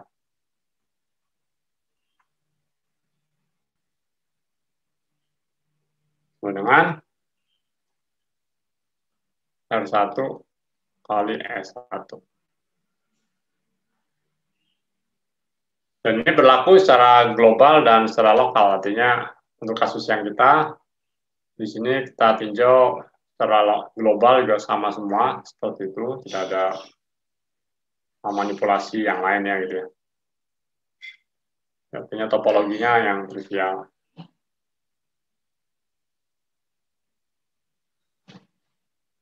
Jadi kalau kita potong yang tangent bundle yang ini tadi, kita panjangkan itu bentuknya ya kayak flat biasa kan, ini sebenarnya flat biasa ya, R cross S1, tapi kalau kita potong di sini kan jadi seperti ini aja kan. Ya, ini bundle-bundlenya di sini ya. Lalu ini yang base-nya ada di tengah ini ya, base. Itu ini ke sana, ke bawahnya, ke atas bawahnya adalah taiga ya. Nah, kita bisa juga mendapatkan tangent bundle dengan topologi yang tidak trivial. Misalnya kalau kita tulis ini adalah A, ini B, ini P, ini aksen, ini aksen. Ini kan kita gulung tadi kayak di atas jadi silinder. Nah, tapi kalau silindernya kita balik, misalkan kalau A kita tempelkan dengan B aksen, gitu ya. Lalu B kita tempelkan dengan A aksen, maka kita akan mendapatkan secara lokal sama R1 kali S1 di sini, tetapi secara global berbeda. Kita dapatkan apa yang disebut dengan Mobius strip, gitu ya. Karena kita pelintir, terus kita lipat, kita sambung lagi ya. Jadi ini kayak macam pita, kita pelintir, yang B-nya kita lemkan ke A, yang A-nya kita lemkan ke B aksen di sini. Nah, secara lokal dia sama. Jadi ada titik, terus ada titik di manifoldnya, ada fibernya, tetapi secara global dia akan berbeda. Ya. Jadi, tergantung bagaimana kita menghubungkan atau mendefinisikan secara global itu, tapi secara lokal keduanya sama. Jadi mau dia silinder full seperti ini atau Mobius strip, dia memiliki secara lokal tangent bundle-nya adalah R1 kalikan R1, di mana S1 adalah base-nya.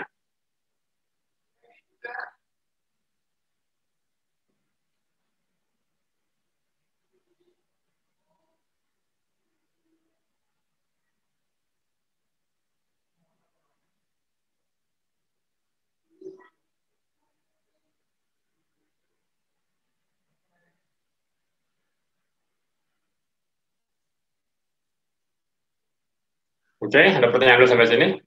Ini konsep-konsep yang dasar, nanti mungkin akan ulang lagi, jadi sekarangnya pernah dengar dulu sekali lah. Kalau kurang paham nanti kali-kali lama-lama paham. Jadi salah satu isu yang penting nanti ketika kita bekerja di sini adalah bagaimana menentukan sistem koordinat dalam ruang waktu kita. Kalau di dalam ruang flat, kita bisa menentukan basis vektornya atau vektor basisnya itu saling tegak lurus dan konstan, kayak IJK. Ya, kita mau pakai yang koordinat polar juga boleh, tetapi kita bisa pilih yang konstan dan ortogonal tegak lurus ya. Dan bisa dinormalisasi. Dan kebanyakan kita bekerja dalam fisika itu koordinatnya atau basis-basisnya adalah ortonormal, tegak lurus dan panjangnya satu. Tapi dalam manifold yang lengkung itu situasinya lebih rumit atau lebih kompleks, ya, jadi tidak sederhana seperti itu. Karena metriknya kebanyakan itu bergantung pada posisi dalam ruang lengkung. Jadi dalam ruang lengkung atau di dalam general relativity biasanya kita lebih gampang atau lebih suka memilih basis vektor yang bergantung pada posisi dan yang tidak harus tegak lurus. Nah, buat apa juga dipaksa-paksa tegak lurus juga pada faktanya kita tidak akan berhasil dengan konsisten. Jadi pasti dia bergantung pada posisi karena memang itu adalah sifat umumnya. Yang kedua adalah tidak harus tegak lurus. Dan karena biasanya sangat bergantung pada posisi, maka juga tidak ada gunanya juga untuk menormalisasi juga. Karena ketika kita normalisasi, dia mungkin berubah-ubah terus. Ya. Jadi, biasanya kita nggak terlalu pusing dengan normalisasi, ortogonalitas, dan juga karena ini di ruang lengkung tidak sama dengan yang ruang datar. Jadi, itu yang perlu diingat. Demikian juga, tadi kita sudah mulai menunjukkan bahwa konsep vektor sebagai sesuatu yang ada ekornya dan ada ujungnya atau seperti arah seperti garis itu segmen garis itu di dalam ruang lengkung itu tidak bisa dipakai artinya atau susah dibayangkan bagaimana itu diterapkan di dalam ruang lengkung. Maka bagaimana cara kita mendefinisikan vektor di ruang lengkung gitu ya. Jadi kita harus membedakan bagian yang arah dan bagian segmen garisnya. Jadi kalau biasanya kan kita menjadi satu saja namanya segmen garis yang berarah itu adalah vektor, tapi di dalam ruang lengkung itu kita harus memisahkan apa yang disebut dengan bagian yang berarahnya dan tanda kutip dan bagian yang panjang garisnya yang dari definisi yang biasa kita kenal. Karena apa? Karena arah dari vektor itu arahnya itu bisa didefinisikan secara konsisten. Ya, penting karena arahnya bisa didefinisikan secara konsisten. Tapi panjang elemen garisnya nanti nggak bisa. Jadi kita harus pisahkan karena baik itu di ruang flat maupun di ruang lengkung yang dalam tanda kutip bagian arah dari vektornya itu bisa didefinisikan secara konsisten. Tentu arah dalam hal ini adalah yang bersifat infinitesimal karena kita tahu bahwa arah vektornya bisa berubah-ubah. Dan arah tersebut nanti kita definisikan dengan menggunakan konsep yang kalian sudah pelajari di semester 1 atau semester 2 kalkulus, yaitu turunan berarah. Di konsep itu akan berulang lagi di sini. Ya, jadi jangan dilupakan ya turunan berarah.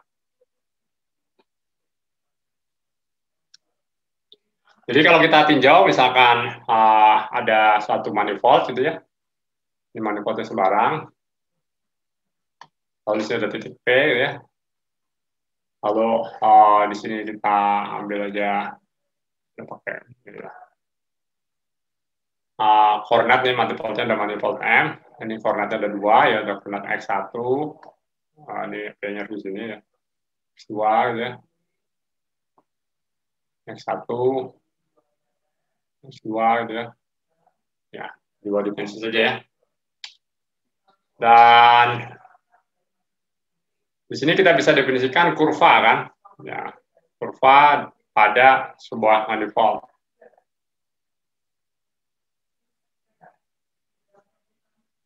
Jadi kita definisikan satu kurva dan ada satu titik di sini P dari manifold tersebut. Jadi kita bisa definisikan demikian. Jadi kalau kita mau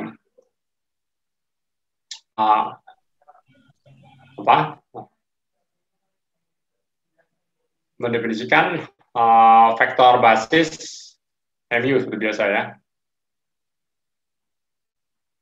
mu. Itu kita bisa definisikan pada setiap titik P sekarang di sini, karena ruangan melengkung berarti dia bisa berubah-ubah di setiap titik. Jadi pada setiap titik P kita definisikan mu-nya itu adalah biasa konsep limit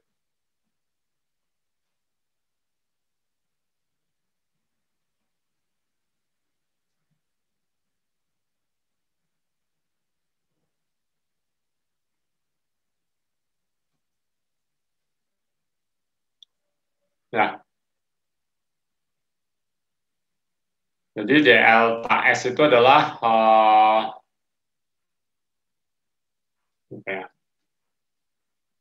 elemen panjang dalam arah koordinat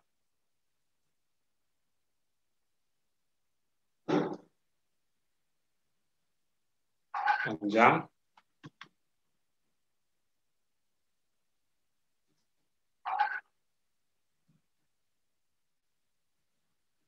X mu misalkan ya, dalam arah X mu saja. Jadi kita pilih ya X mu untuk mu tertentu, yang lainnya kita ambil konstan ya.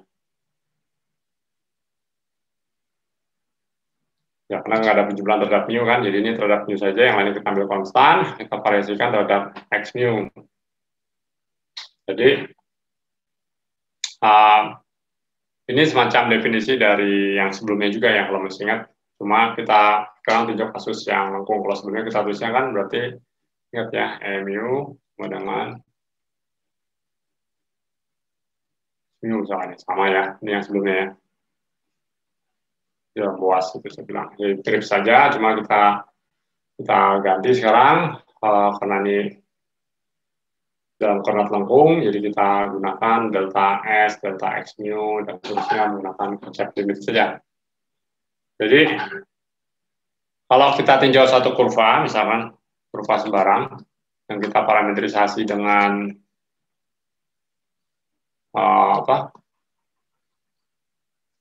parameter lambda, misalkan lambda itu semacam waktunya gitu dalam kurva, maka kita bisa tinjau vektor tangennya kan ya, turunan X mu terhadap lambdanya. Kurva, maka kita dapatkan tangen vektornya adalah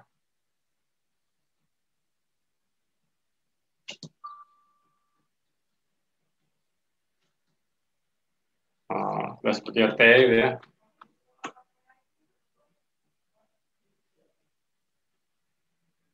Nah, itu ya.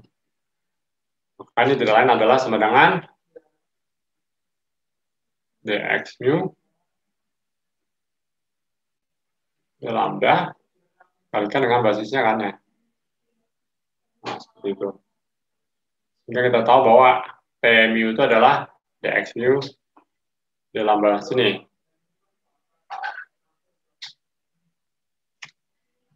Maka kita definisikan sekarang turunan berarah ya. Turunan berarah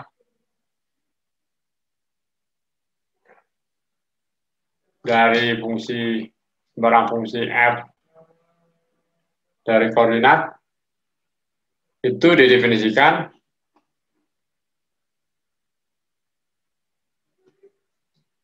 sebagai berikut.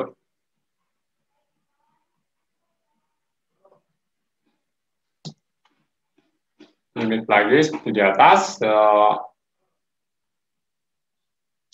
selisih dari biasa aja ya, berarti ini f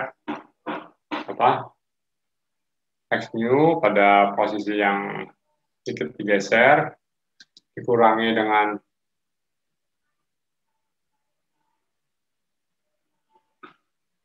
lambda ya, terus dibagi dengan epsilon. Jadi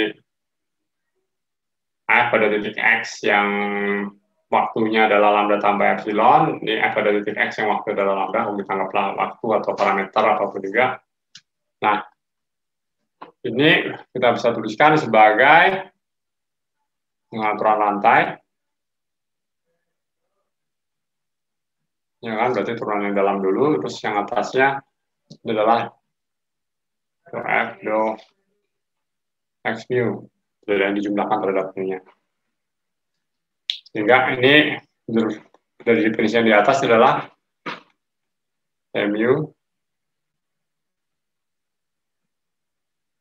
Ya.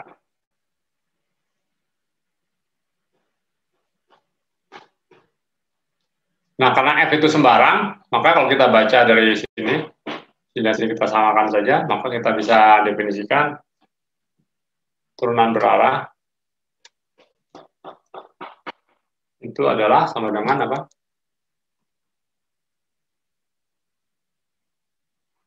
D lambda itu bisa tulis sebagai ini saja kan, berarti ini operasikan semua berarti ya. Tinggal kita buang F-nya saja. Enggak ada yang aneh.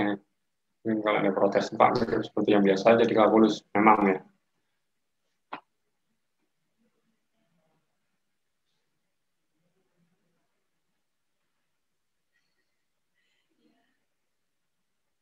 Oke, jadi nggak ada yang baru di sini ya.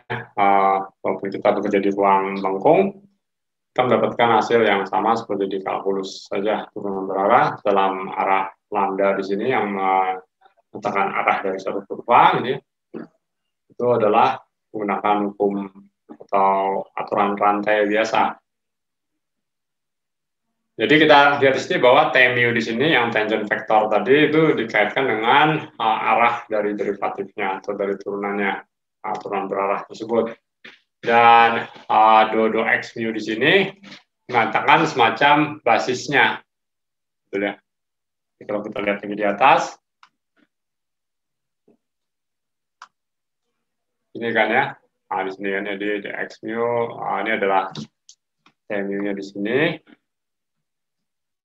Mu, ini mu kan ya, itu ada mu basisnya. Ini menyatakan T di situ. Jadi kalau kita dapat simpulkan dari sini, maka kita katakan bahwa ini adalah T mu-nya, betul ya? Maka yang ini tidak lain adalah basisnya. Nah, M-nya ada di situ. Jadi turunan parsial itu mendefinisikan basis dari ruang tersebut, basis tangannya. Turunan parsial mendefinisikan basis tangannya.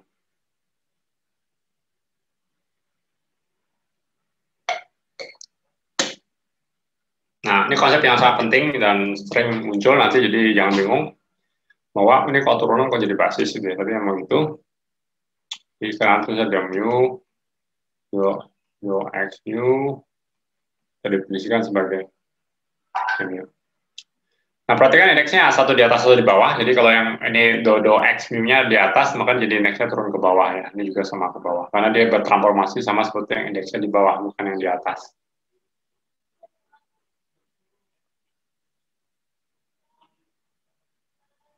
Oke, sehingga kalau kita punya vektor, misalkan kita punya vektor V, biasanya kita tulis adalah seperti ini kan, V berarti V apa mu, mu gitu ya. Mu-nya 0, 1, 2, 3. Maka saya bisa tuliskan ini sebagai mu, mu gitu ya. Atau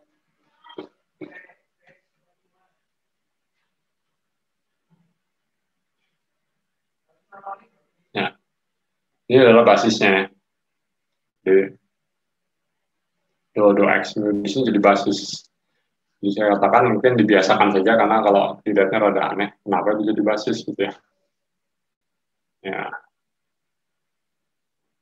Nah, alasannya tadi di atas itu sih ceritanya, tapi kalau kurang jelas ya, di sini basisnya adalah turunan gitu ya. Turunan, operator turunan, bahkan operator turunan menjadi basis.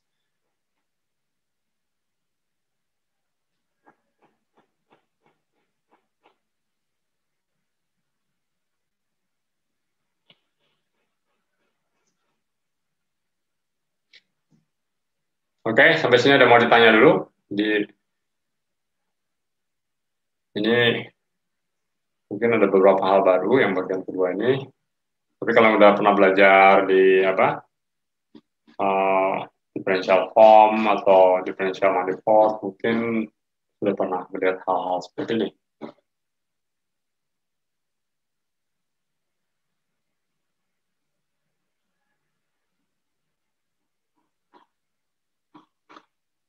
Nah, ini mungkin setelah ini beres, kita langsung ke aplikasinya. Jadi mungkin ini dasar matematiknya dulu sebentar. Dan sekali lagi pertemuan, setelah itu kalau kita masuk ke konsep-konsep lainnya.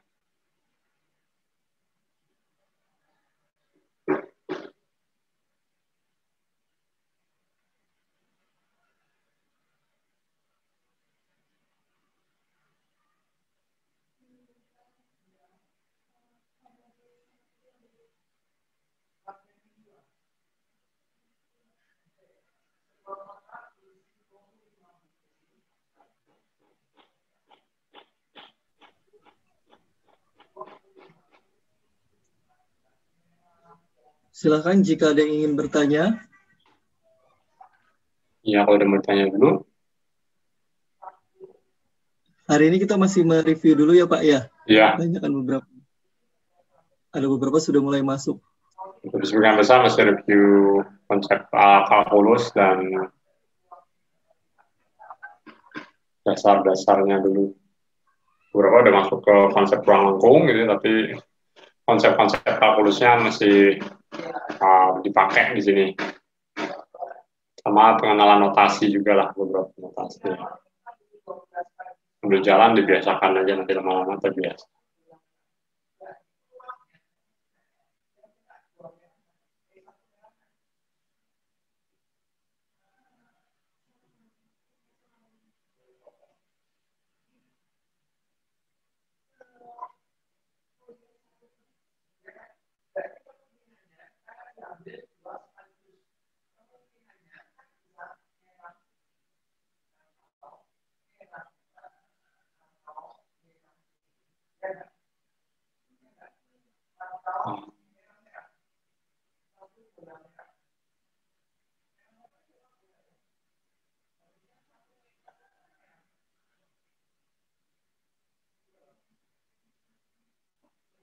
Mungkin yang paling aneh adalah yang terakhir ini aja. Jadi antara operator sama basis sama itu kelihatannya kecampur aduk, tapi memang begitu adalah sifat-sifatnya.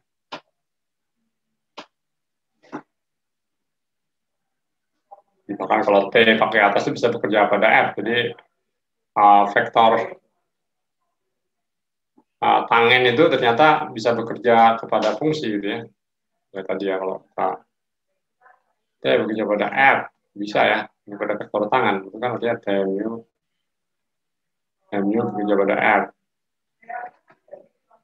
Ya, berarti kan tadi mu tadi adalah mu kan, berarti kan, nah seperti itu kan ya.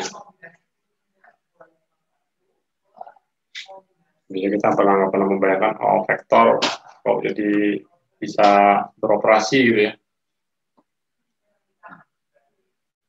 Jadinya pelan-pelan aja.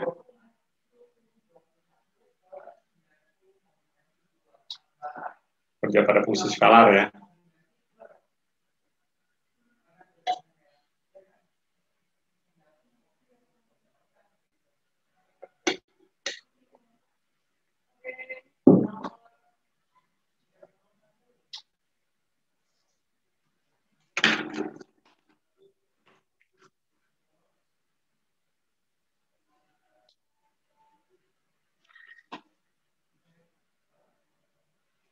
Ada yang mau ditanya?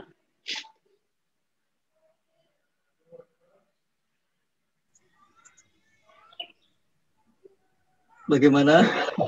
Coba Ruli. Itu jelas.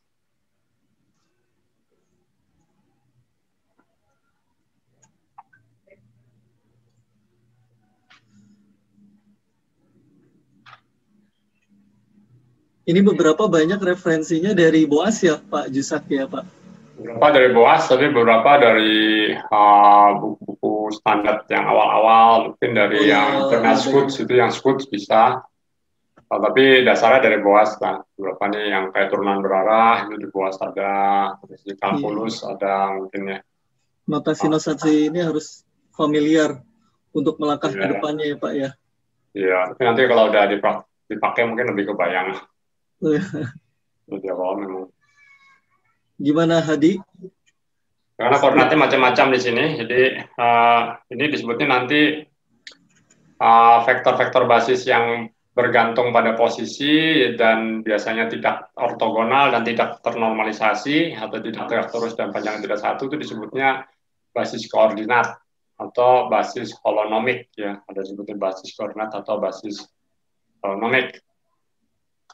Jadi ada basis namanya basis koordinat dan basis holonomik.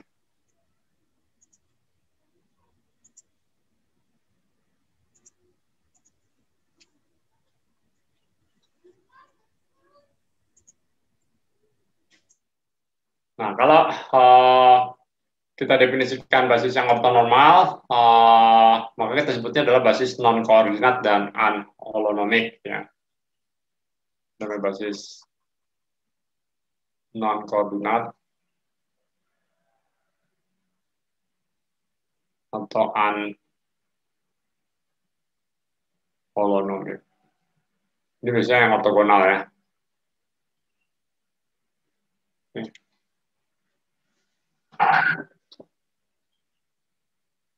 Jadi kalau basis yang menggunakan koordinat ortogonal, ortonormal, lebih tepatnya malah ortonormal, bukan ortogonal ya, ortonormal.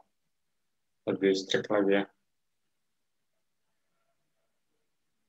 Maka disebutnya adalah basis holonomik.